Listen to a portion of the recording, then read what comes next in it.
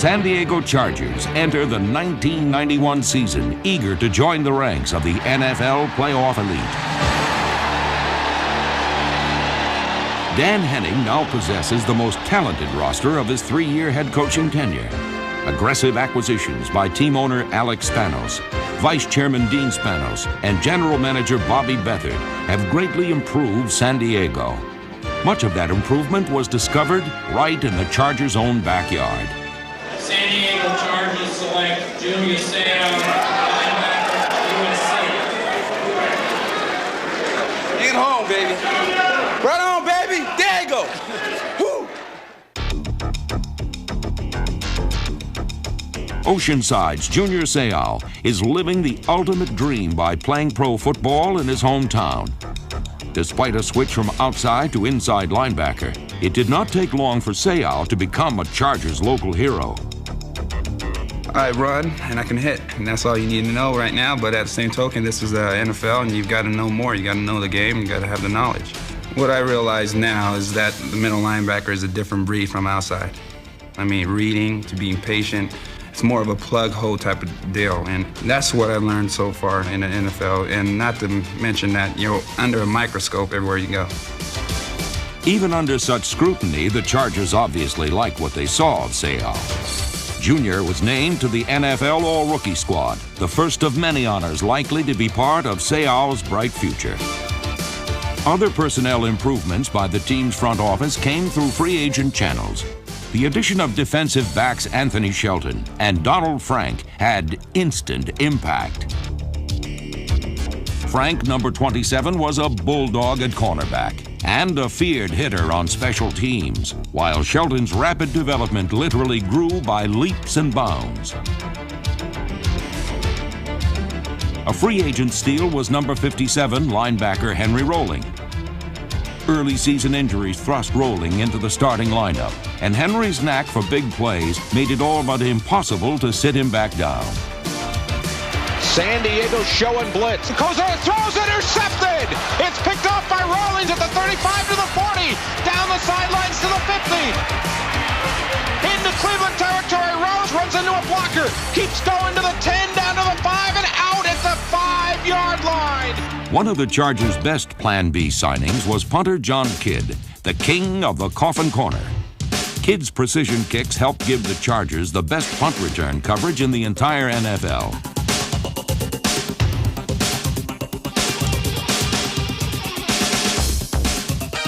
Another free agent find, John Carney, led the club in scoring, posted the best field goal percentage of any kicker in Charger history, and was named MVP of the special teams.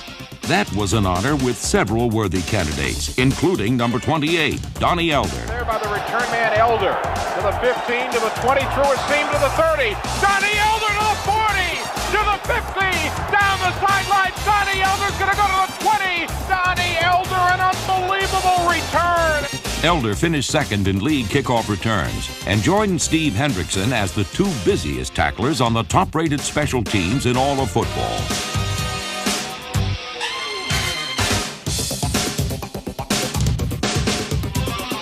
Kendrick Taylor backtracks to the 45. Stutter steps to the 50, 45, 40, down the sidelines to the 30.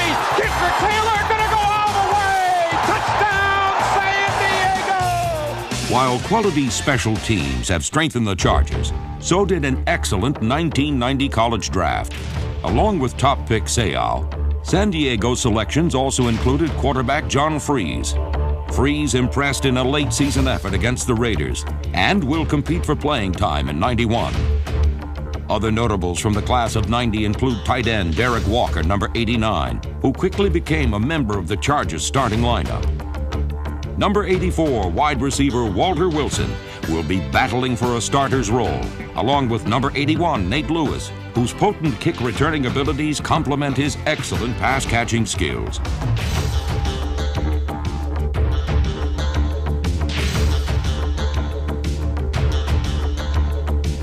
Of all San Diego's personnel maneuverings of 1990, the most satisfying was the Plan B addition of running back Ronnie Harmon.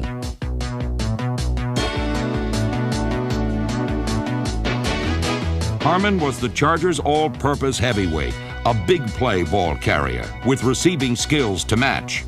On a second down, here's the give on the counter. Harmon through the hole, bolts to the 25, to the 30, out to the 40, runs to the 50, down the sidelines and knocked out of bounds at the Denver 41-yard line. Ronnie Harmon zigzagging his way through the entire defense.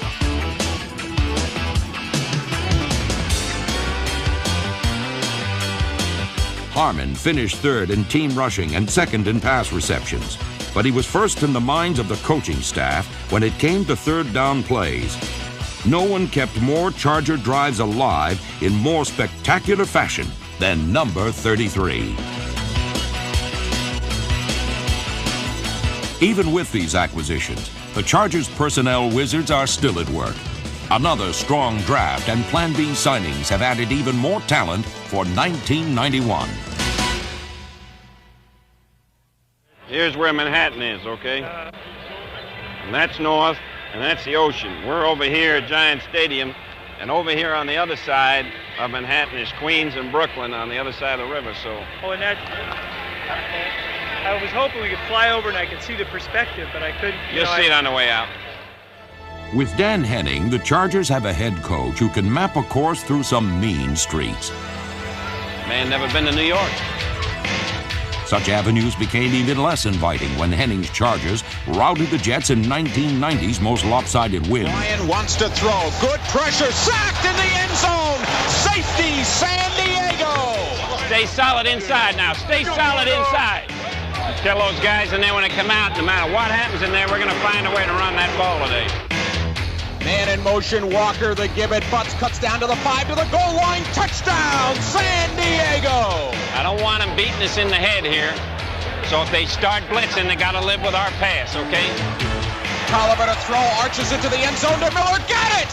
Touchdown, San Diego! That's solid line play, Alex. Solid line with him going for the mic, it don't matter where they're pitching. You know, we just pick him off and knock him in. The give, Bernstein through the middle, runs to the 35, keeps going, keeps moving the pile, breaks a tackle, 20, 10, goal line, touchdown, San Diego! That's the way to pound that ball. That's the way to pound that ball, man. Now you got it rolling. With backs such as Rod Bernstein, number 82, no team in the AFC ran the ball better than the Chargers. I know you're gonna dig this.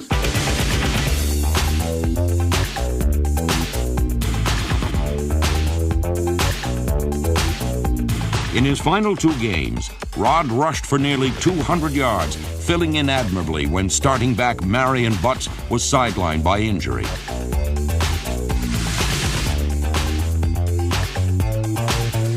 Bernstein wasn't the only Charger familiar with the goal line offense.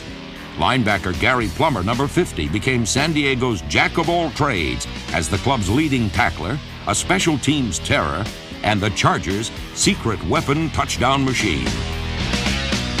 I formation for Tolliver. The give, Plummer, got it! Touchdown, San Diego! Tolliver to throw, pump fakes, throws, Plummer, touchdown, San Diego! They throw to the linebacker who lined up as a fullback and the Chargers score! Charger linebackers possessed a variety of talents. Number 54, Billy Ray Smith, displayed his receiving skills with interceptions in each of his first 2 games.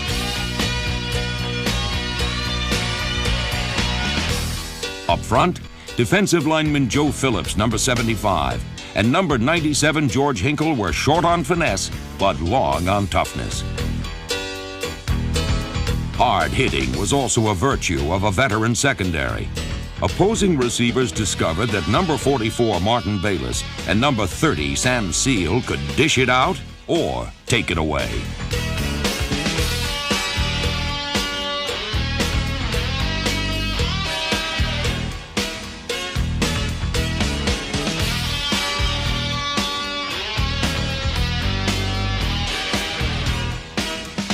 There is none better at pass thievery than longtime Charger fixture Gil Bird, number 22. In Week 8 against Tampa Bay, Bird swiped a pair and passed Dick Harris to become San Diego's all-time leading interceptor.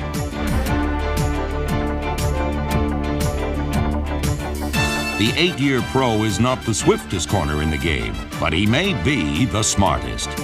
I think my liabilities are my speed. I'm not the fastest cornerback out there, and I think every time I line up on any given Sunday, that receiver is faster than I am. So I have to use my asset more, and that's the ability to anticipate what might be coming my way. That comes from just studying films to prepare myself on Sunday. And I think that's where my confidence comes in, not so much in my own ability, my flesh, but in the fact that I've done my homework. Bird's studious approach to football has left a lasting impression. Over the past 3 years, no other player in the NFL has intercepted more passes than Gil Byrd.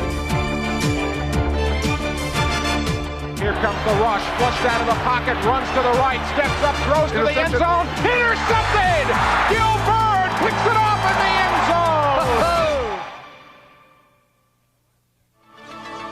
In the last decade, the Seattle Kingdome has been a house of horrors for San Diego.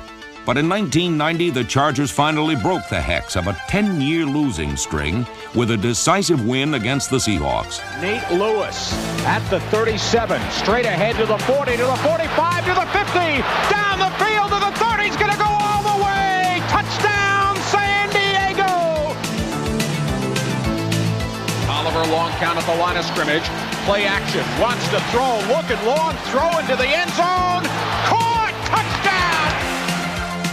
Quarterback Billy Joe Tolliver showed the poise and made the kinds of plays that will be critical in 1991 if the Chargers hope to make the playoffs. All right, guys, 3rd and 8. We got to have this. Buckle down now. Bunch right Zeke, auto left stack pass on White. Ready? Break. Yeah, I think we can improve in all areas. We're a team that went 6-10 last year, so there's definite room for improvement everywhere. Probably the main area we need to improve is that quarterback. If we can find a guy that can play a little bit for us, I think we can be competitive. Tolliver knows as well as anyone that his performance will go a long way towards determining the success of the San Diego Chargers.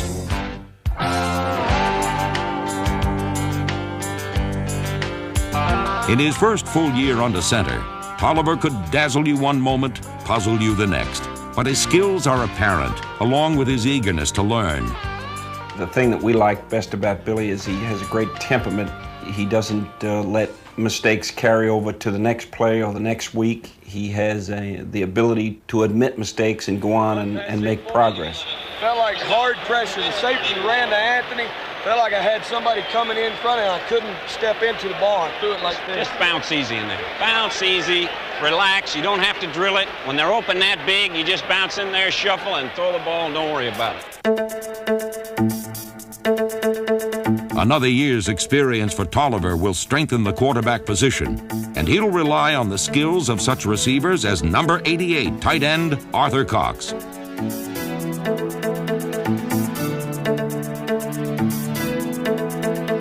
H-backs Terry Orr and Joe Caravello, number 46, provide blocking power and additional pass-catching targets. And number 31, Craig McEwen, remains one of San Diego's most reliable offensive weapons.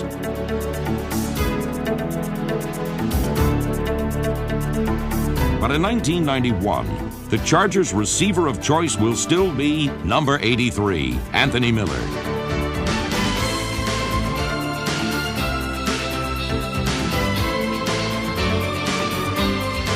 Miller led the Chargers in receptions, yardage, and touchdown catches. Numbers good enough to earn him a slot in the Pro Bowl starting lineup. I think Anthony's probably one of the top 3 receivers in the league. You know, if he's not the top. The guy, he's got it all, he does it all. When the ball goes up in the air, he's one of the guys that wants it. I mean, he may be on the other side of the field and you're throwing it to somebody else, but he thinks it's his ball. And he's the type of guy who'll go get it for you. Miller uses both his physical talents and a keen eye to exploit any weakness in his opponents. When you come up and bump, you can get a chance to burst on them and get a little bit of separation. Like doing run plays, just test them out and see how they react. If they're reacting a little different, I'll change up and I'll keep changing up and then until I find a solution that works. In San Diego, That solution is Anthony Miller.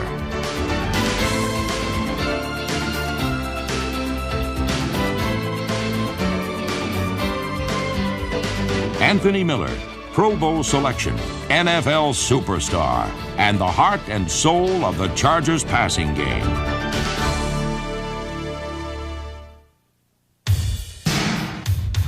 In 1990, the Charger girls made their cheerleading debut, and 3 stars on defense gave them plenty to shout about. Number 99, Lee Williams, spearheaded the conference's best run defense, while continuing to build his reputation as one of the game's premier pass rushers.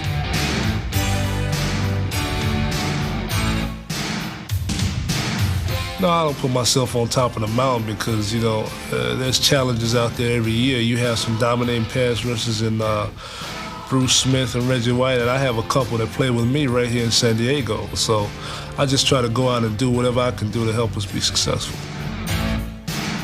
Lee did plenty, winning Chargers Lineman of the Year honors while closing in on the all-time franchise sack record. Occupying San Diego's other defensive end spot is a character as flamboyant as Williams is modest.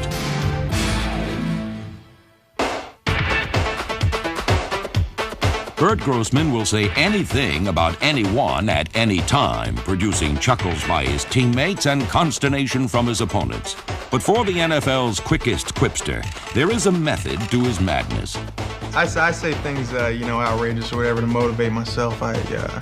We'll go in the game sometimes and get individual goals set with me. You have to have something to motivate you. I think it's just Bert being himself. So long as he's playing like he's playing, he can say anything he wants to because he's backing up on the field. Grossman fires the opposition up, then proceeds to knock them down. In 1990, Bert had nearly as many sacks as he did one-liners. And the good word on Grossman is that he's only going to get better. Grossman and Lee Williams caused plenty of trouble, but 1990 Sackmaster Supreme in San Diego was number 91, linebacker Leslie O'Neal.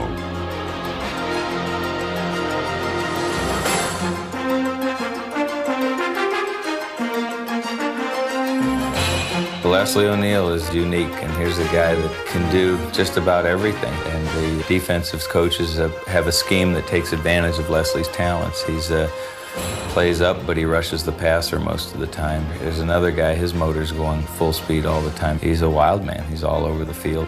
He's one of the guys that really makes our defense work.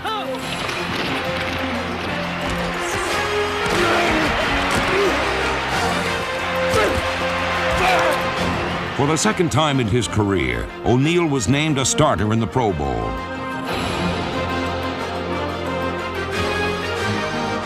While Leslie finished third among AFC sack leaders, the San Diego offensive line was superb in protecting Charger quarterbacks. Only one other NFL team allowed fewer sacks than all-rookie center Frank Cornish, guards Courtney Hall and David Richards, captain Broderick Thompson, and first-year tackles Eric Floyd and Leo Goaz. Along with Mark Rodenhauser and Mike Zandowski, the league's youngest line was equally proficient blocking for the AFC's top-ranked running attack. The foundation of the ground game was based on the most effective call in the Chargers playbook. Our best running play, I think, it's a play we have called Wham. Go with Posse and run the Wham. We bring our H-back in motion when he comes and bangs the nose tackle or the defensive tackle. And we just send Butsy right up the gut and let him chew up yards. Marion Butts is the NFL's ultimate success story. A 7th-round draft pick the year before, Butts set a franchise single-season rushing record, was voted team MVP, and a starting spot in the Pro Bowl. In just 2 years, he has become the most prolific big back in football. As you might say, sometimes it's hard to tackle me because of my size. Once you get a large obstacle moving, it's hard to stop it. If you hit the people before they hit you, you'll be more successful at it because the next time that you approach this person, they'll think twice before they run up and tackle you. And I guess I'm getting the job done. Butts more than got the job done. He never fumbled, even once the entire year. And if Marion hadn't missed the last 2 games with injuries, he would likely have led the league in rushing.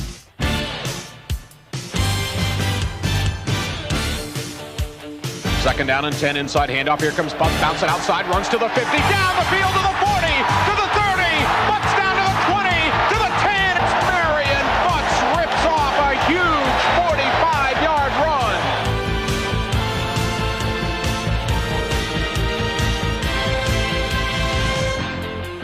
You're having successful runs, you're doing things positive. It's a great feeling. You're contributing to the team's success. And it just gives you a great feeling inside. You just, while giving the ball more and more, you just want to keep running, keep running, keep running.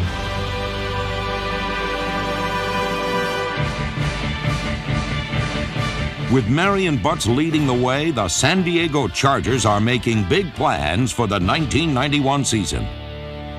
Well, our goal as a team is to secure home field advantage in the playoffs. You got to win a division and be on top to do that, and that's what we're going out to do.